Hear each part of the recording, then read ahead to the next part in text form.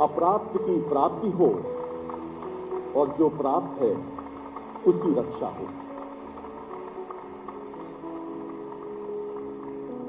बहुत धन्यवाद माननीय मुख्यमंत्री महोदय। ई पेंशन पोर्टल का शुभारंभ हो गया है। मैं एक बार पुनः माननीय मुख्यमंत्री महोदय से अनुरोध करूंगा कि कृपया वे माउस क्लिक करके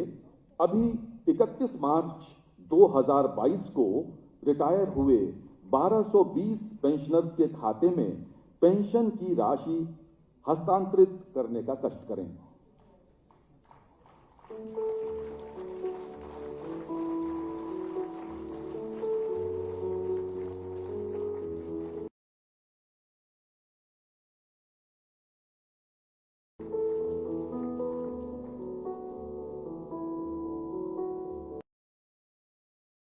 आप देखें कि इसी 31 मार्च को जो 1220 पेंशनर्स रिटायर हुए थे उनके खाते में राशि हस्तांतरित हो रही है। बहुत शीघ्र प्रदेश के सभी पेंशन भोगियों को भी अनेक सुविधाएं इस पोर्टल के माध्यम से मिलेंगी। धन्यवाद माननीय मुख्यमंत्री महोदय आपकी सदाशयता के लिए। मित्रों, सेवा निवृत्त की आयु, अगर हम आश्रम व्यवस्था की बात करें तो लगभग वानप्रस्थ आश्रम के समकक्ष होती है और उसी वानप्रस्थ आश्रम को इंगित करती हुई महाकवि निराला की कुछ पंक्तियां मुझे याद आती हैं। निराला जी लिखते हैं, मैं अकेला देखता हूं आ गई मेरे दिवस की सांझ बेला। मैं अकेला देखता हूं आ रही मेरे दिवस की सांझ बेला। पके आधे बाल मेरे हुए निष्प्रभ गाल मेरे, चाल मेरी मंद होती जा रही।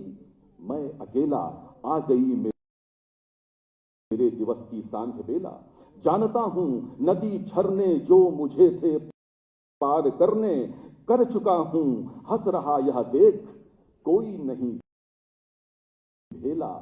मैं अकेला आ गई मेरे दिवस की सांझ बेला। मित्रों, आपके जीवन के इस संध्या काल में, इस सांझ बेला में उत्तर प्रदेश सरकार जिस संध्या प्रकाश को लेकर आई है उसी का नाम है ई पेंशन पोर्टल। और जिस कर्मयोगी नेतृत्वकर्ता के कुशल निर्देशन में यह कार्य संपन्न हुआ है, अब मैं उन्हें उनके उद्बोधन के लिए आमंत्रित करता हूं। वह विनम्रता पूर्वक उत्तर प्रदेश के यशस्वी मुख्यमंत्री श्री योगी आदित्यनाथ जी से अनुरोध करता हूं, कृपया अपने उद्बोधन के लिए पधारें।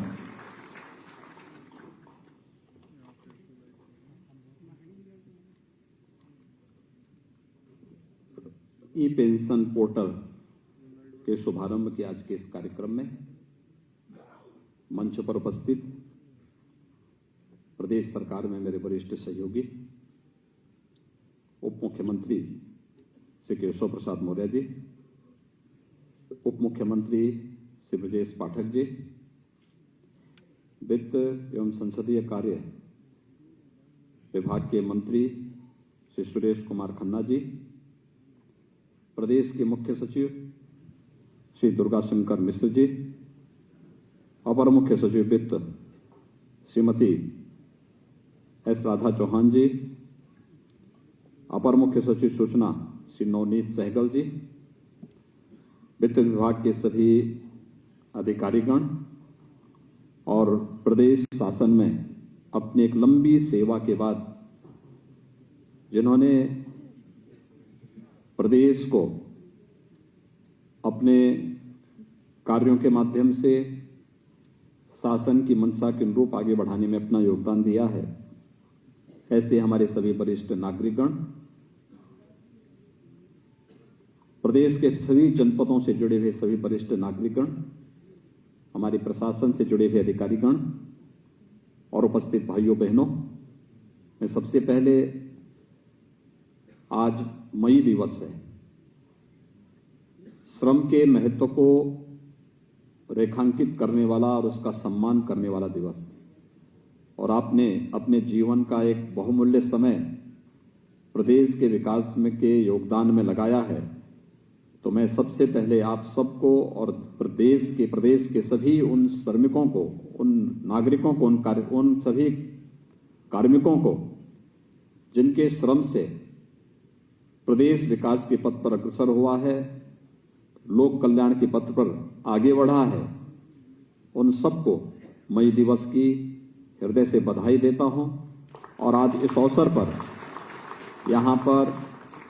उत्तर प्रदेश शासन के द्वारा ई पेंशन पोर्टल का शुभारंभ भी किया जा रहा है, जिससे प्रदेश के 11.5 लाख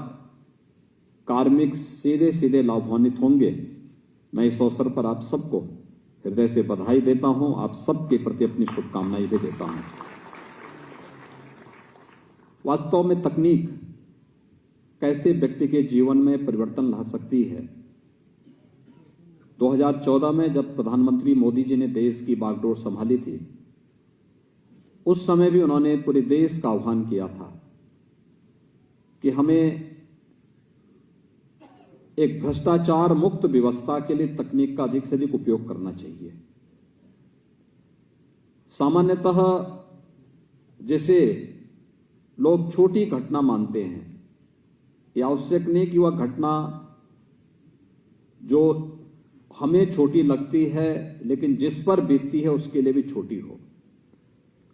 उसके लिए तो वह घटना ही अपने आप में बड़ी होती है। और इसलिए अपनी समस्या के समाधान करने के लिए व्यक्ति को क्या क्या नहीं करना होता है, इन सभी परेशानी को ध्यान में रख करके और प्रधानमंत्री मोदी जी की प्रेरणा से प्रदेश ने विगत 5 वर्ष के दौरान तकनीक का अधिकाधिक उपयोग करके हुए प्रदेश के 24 से 25 करोड़ लोगों के जीवन में कुछ व्यापक परिवर्तन लाने की जिस एक अच्छी मंशा से कार्य प्रारंभ किया, आज उसका परिणाम भी जीवन के प्रत्येक क्षेत्र में देखने को मिल रहा है। और अपने उन सभी पेंशन धारकों के लिए जो इस समय पेंशन प्राप्त कर रहे हैं या जिन्हें पेंशन प्राप्त करना है, इन सभी के लिए आज ई पेंशन पोर्टल इसी प्रक्रिया का एक हिस्सा है, जिससे आपके जीवन को और सरलीकरण किया जा सके। और हम कह सकते हैं यह ईज ऑफ लिविंग का ही एक हिस्सा है, व्यक्ति के जीवन को सरलीकरण करना। मुझे लगता है अपने से बहुत सारे लोग ऐसे रहे होंगे जिन्होंने अपने से पूर्व के लोगों को खूब इस देश से परेशान जरूर किया होगा, होता ही है। और लेकिन आपकी परेशानी को वित्त विभाग ने समझा, और मैं धन्यवाद दूंगा। मैं खन्ना जी से ही पूछ रहा था, मैंने कहा भी आपका तो रिटायरमेंट का समय तो नहीं आया अभी, तो उन्होंने कहा कि नहीं, मेरा रिटायरमेंट का समय तो 75 साल है, अभी काफी समय है। लेकिन वित्त विभाग ने चिंता की, अपर मुख्य सचिव वित्त और उनकी टीम ने पोर्टल विकसित किया, और आज प्रदेश के लाखों कार्मिकों के जीवन में एक परिवर्तन लाने वाला एक ऐसा अवसर हम सबके सामने है। आपने देखा होगा 31 मार्च को जो लोग रिटायर हुए, ऐसे 1220 कार्मिकों का भुगतान उनके खाते में सीधे ऑनलाइन चला गया है। आने वाले समय में किसी भी रिटायर होने वाले कर्मचारी को कहीं भी परेशान होने की आवश्यकता नहीं। 6 महीने पहले रजिस्ट्रेशन करना है, और रजिस्ट्रेशन करने के बाद डीडीओ इस प्रक्रिया को आगे बढ़ा करके 30 दिन के अंदर पूरी जानकारी जो भी उन्हें लेना है वो जानकारी लेगा। और जो जानकारी अगर वह अपने स्तर पर प्रयास नहीं कर रहा है और किसी व्यक्ति ने गलत जानकारी दी है और उसने उसको वेरीफाई नहीं किया है, नहीं कराया है, तो यह अपने आप ही वह उसके लिए स्वयं जिम्मेदार होगा। ये उसकी जिम्मेदारी हो जाएगी कि वह इस बात को तय कर लें कि कोई भी इसमें गलत न हो। डीडीओ के बाद पीपीओ के पास वो कार्रवाई के लिए जाएगा, पीपीओ के बाद फिर पेंशन 3 महीने पहले आपके पास आ जाएगा कि आपके पेंशन के कागज अब हो चुके हैं। नहीं तो होता क्या है, कोई कर्मचारी रिटायरमेंट के पास जाता है तो अंतिम 6 महीने तो वह रिटायरमेंट के कि पहले कागज रिटायरमेंट के कागज बनाने में लगाता है, रिटायरमेंट के ये कागज बनाना वो कागज बनाना, और क्योंकि उसको भी बुरा इसलिए नहीं लगता क्योंकि उसने बहुत सारे लोगों को परेशान किया होगा पूर्व में, जाने अनजाने में ही सही, इसलिए। लेकिन मुझे लगता है कि बहुत सारे लोग सचमुच पीड़ित रहते हैं क्योंकि उसने तो कोई गलती नहीं की, वो तो अपना सामान्य अपने कार्य के साथ जोड़ रहा है, अपना काम कर रहा है, लेकिन अनावश्यक कार्यालयों का चक्कर लगाना, जिस कार्यालय में कल तक वो बॉस था आज वहां लाइन पे खड़ा हो रखा है, कैसी स्थिति होगी उसकी। आपकी इस पूरी परेशानी को समाधान करने का एक माध्यम बनाया है यहां पर वित्त विभाग ने, और अभी तो यह उत्तर प्रदेश शासन के कर्मचारियों के लिए व्यवस्था लागू की गई है, लेकिन साथ साथ अभी पुलिस विभाग को और अन्य जो विभाग इससे नहीं जुड़ पाए हैं वे विभाग भी इस प्रक्रिया के साथ अगर जुड़ेंगे तो आने वाले समय में लाखों लोग पूरी हो जाएगी, और पेंशन आवेदन किए जाने के उपरांत 30 दिनों के अंदर इसमें सभी प्रक्रियाएं अपने आप आगे बढ़ती हुई एक कार्यक्रम आगे बढ़ेगा। ऑनलाइन डैशबोर्ड द्वारा ये पूरी तरह अनुरक्षित भी होगा। इसके अलावा और भी अन्य तमाम प्रकार की उन उपलब्धियों से भरा हुआ यह एक सुविधा आज प्रदेश के अंदर उपलब्ध कराई जा रही है, और उत्तर प्रदेश पहला राज्य होगा जिसने अपने पेंशन धारकों को यह सुविधा उपलब्ध करवाने की कार्रवाई किया है। इसलिए भी मैं उत्तर प्रदेश के सभी पेंशन धारकों को और जो कार्मिक आने वाले समय में पेंशन लेंगे उन सबको मैं इस अवसर पर हृदय से बधाई देता हूं, अपनी शुभकामनाएं देता हूं। भाइयों बहनों, जो यहां पर हमारे संचालक बोल रहे थे कि हमारे जो पेंशन भोगी हैं ये लोग आने वाले समय में कैसे वो करेंगे, मुझे लगता है कि पेंशन आपने सरकार के साथ जो एग्रीमेंट किया है उस एग्रीमेंट के क्रम में ये पेंशन आपको प्राप्त हो रही है। जो आपने यहां पर कार्य किया है वो कंट्रीब्यूशन कर्मचारी का भी होता है, स्टेट का भी होता है, तो आपको मिल रहा है एक कर्मयोगी के रूप में जो योगदान आपने दिया है, तो आप पेंशन भोगी नहीं पेंशन योगी के रूप में ही आपका सम्मान इस रूप में होना चाहिए,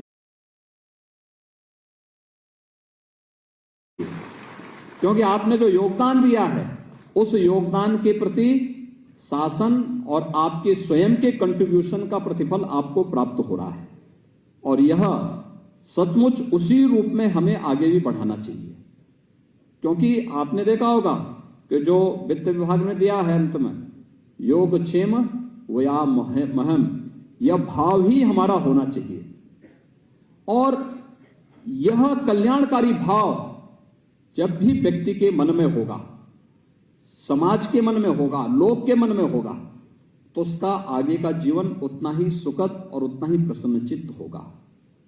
देखिए, हमें हमेशा अच्छी और सकारात्मक सोच के साथ आगे बढ़ना होगा।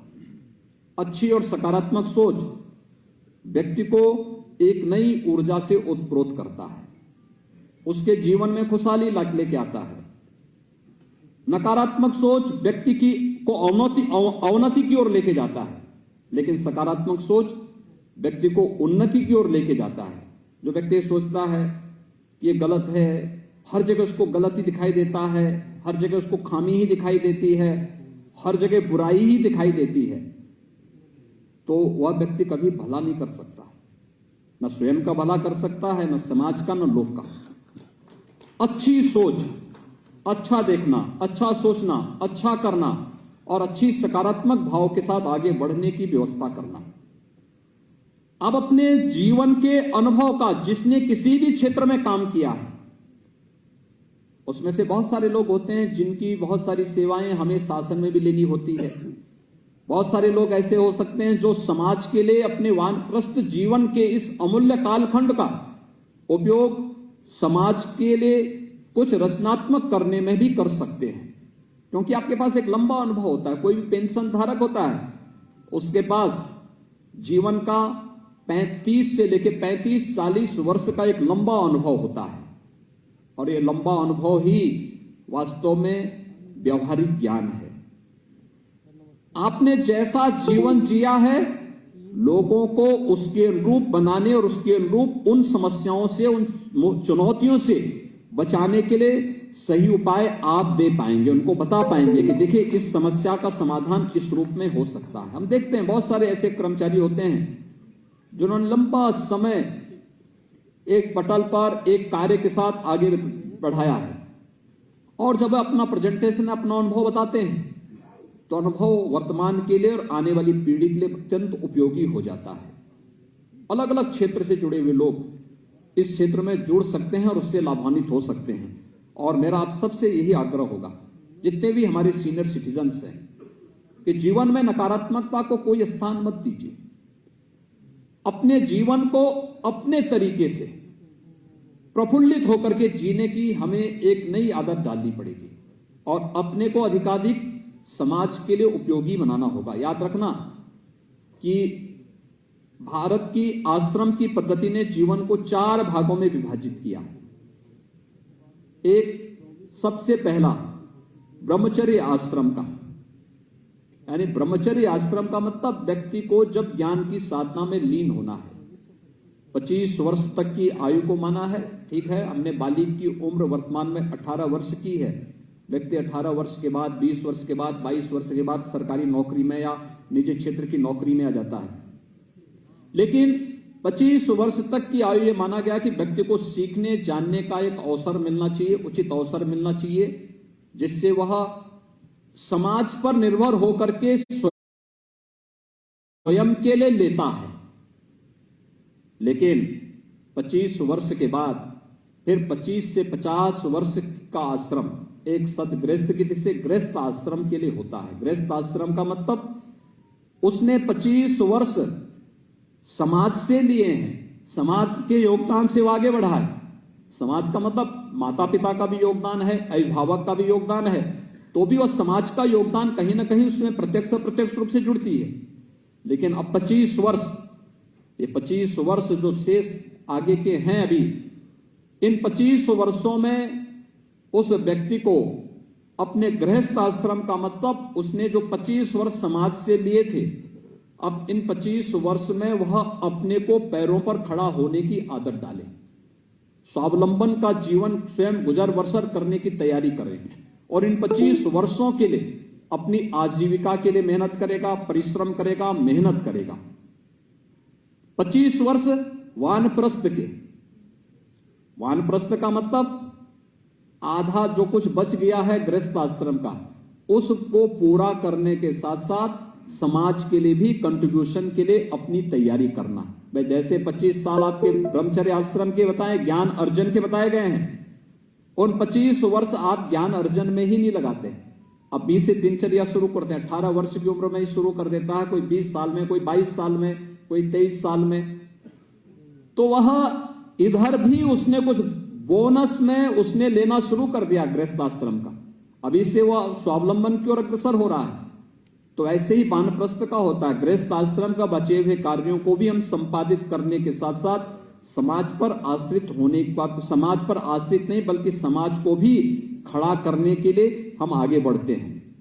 आपका यह समय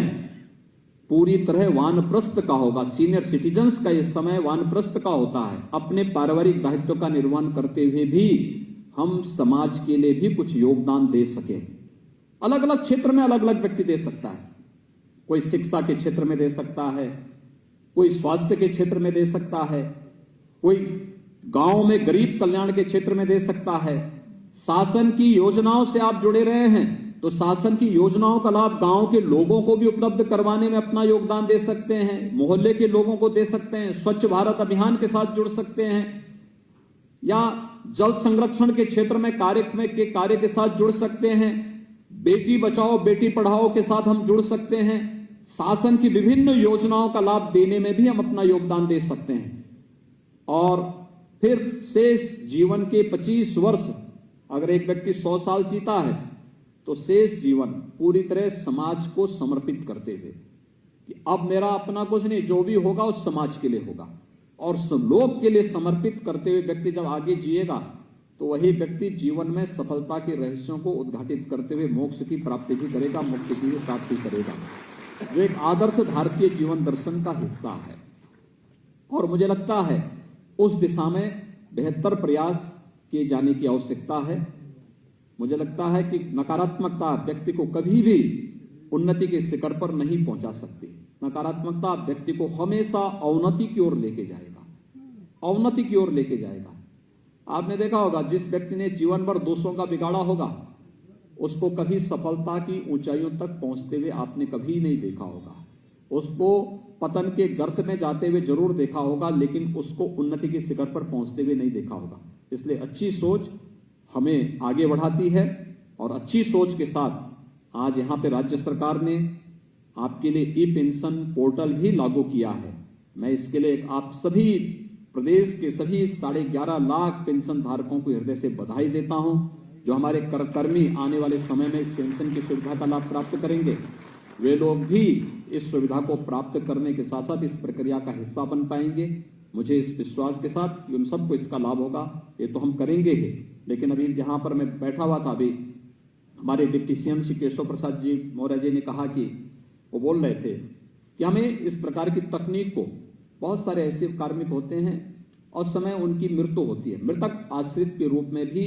नियुक्ति पाने वाले कार्मिकों के लिए भी इस प्रकार का एक पोर्टल हमें बनाने की आवश्यकता है कि जिससे उन लोगों को भी भटकना ना पड़े, सब कुछ ऑनलाइन हो और हम उस सुविधा का एक साथ उसको जोड़ सकें। और ये आज की आवश्यकता है। ईज ऑफ लिविंग का मतलब जीवन को जितना हम सरलीकरण कर सकें, व्यक्ति के जीवन का सरलीकरण कर सकें, और यह आज की आवश्यकता है। हमें हर एक फील्ड में तकनीक का उपयोग करते हुए इस प्रक्रिया को और आगे बढ़ाने की आवश्यकता है। मैं एक बार फिर से मैं चाहूंगा कि इस दिशा में भी मुख्य सचिव के स्तर पर एक प्रयास प्रारंभ हो, विभिन्न विभागों की अंतर विभागीय समिति बना करके एक व्यवस्था तैयार करें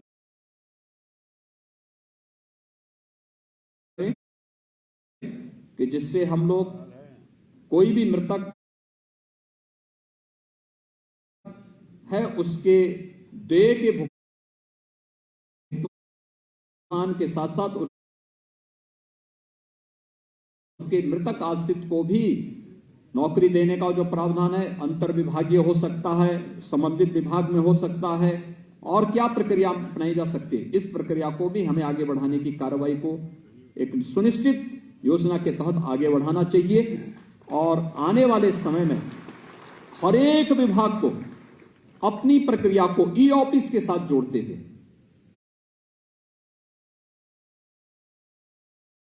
हमें बताना चाहिए हर एक विभाग को कैसे क्या क्या हमारी योजनाएं हैं, क्या क्या हम कार्य कर रहे हैं। पब्लिक आपकी वो योजनाओं को गांव में बैठ करके, अपने वार्ड में बैठ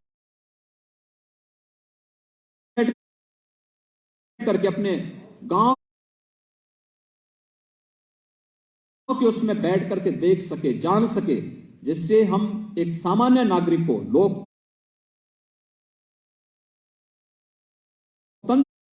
की उन भावनाओं का सम्मान करते हुए उन योजनाओं का लाभ प्रत्येक नागरिक ले भी सके और देख भी सके क्या हो रहा है, क्या स्थितियां हैं। उसका स्मार्ट फोन उसको बता देगा स्टेट की प्रोग्रेस क्या है और उसके स्तर पर क्या योगदान इसमें होना है, यह भी हमें इसके साथ जोड़ना चाहिए। मैं इस अवसर पर एक बार फिर से अपने इन सभी सीनियर सिटीजन्स को और अपने उन सभी कार्मिकों को जो पेंशन की सुविधा से जुड़ेंगे, उन सबको मैं आज के इस ई पेंशन पोर्टल लागू होने पर हृदय से बधाई देता हूं। प्रदेश भर के सभी श्रमिकों को आज के इस श्रमिक दिवस पर हृदय से बधाई देता हूं, अपनी शुभकामनाएं भी देता हूं, क्योंकि श्रमिकों के लिए भी राज्य सरकार ने कुछ कार्यक्रम बनाए हैं। एक आज श्रमिक दिवस है, हमने हर एक श्रमिक को, वह प्रवासी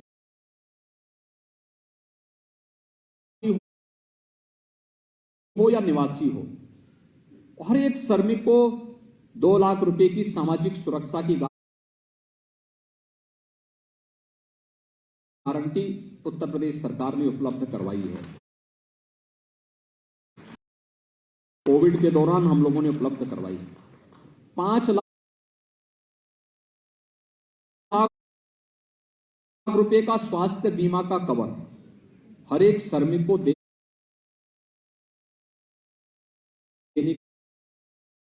की कार्रवाई युद्ध स्तर पर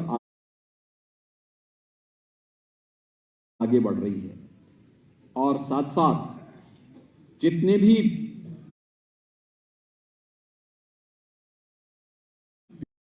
बीओसी बोर्ड से जुड़े हुए श्रमिक हैं, जिन्होंने अपना रजिस्ट्रेशन करा रखा है, उन सभी श्रमिकों के बच्चों के लिए हम लोगों ने एक व्यवस्था की, क्योंकि जो श्रमिक आज लखनऊ में है, 2 महीने के बाद फिर वह जाकर के बरेली या कानपुर में जाके काम करता, जहां उसको काम मिलता वहां भटकता है, परिवार को साथ में लेके जाता, बच्चे नहीं पढ़ पाते।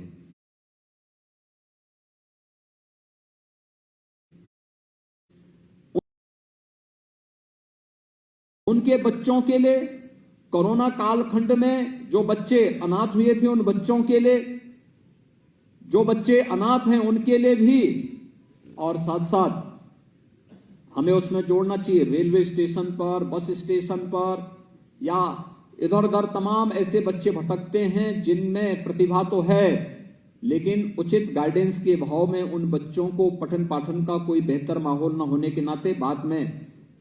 गलत मार्ग पर वे जाते हैं और अपराध की दुनिया में जाकर के अपनी पूरे जीवन को बर्बाद करते हैं। उन सभी के लिए हम 18 अटल आवासीय विद्यालय 18 कमिश्नरी में पहले चरण में बना रहे हैं, जिसमें उन बच्चों को बेसिक से लेकर के यानी 5